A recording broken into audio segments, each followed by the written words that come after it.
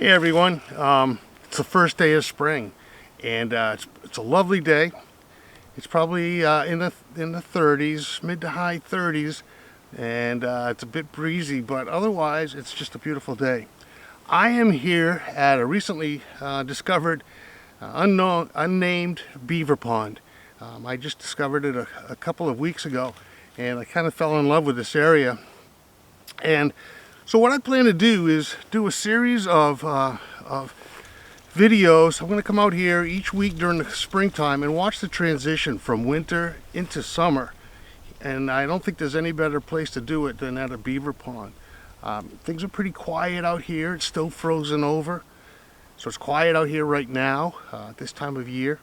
But I suspect a lot of activity will be going on through the course of the next couple of months. So I'm going to be documenting all of that. It's going to be kind of interesting and fun. We'll be documenting it through videos, some still photography, and of course some stereo sound recording. So we'll be able to get an indication of what's happening throughout this ecosystem as we move through the springtime. And of course, there's no better time in New England than the springtime, when things start coming alive again.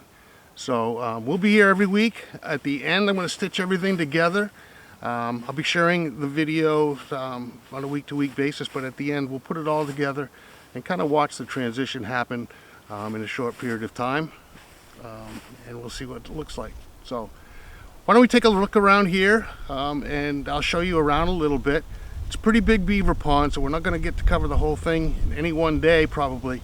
But for today we're at the outlet end, and we'll take a look at all of that. I'll show you around a little bit, and I hope you come back and watch this throughout the course of the next couple of months.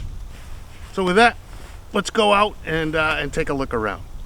Don't forget to like this video, subscribe to the channel if you want to get notified that we're going to be whenever new videos come up during the course of the next few months. All right, let's go.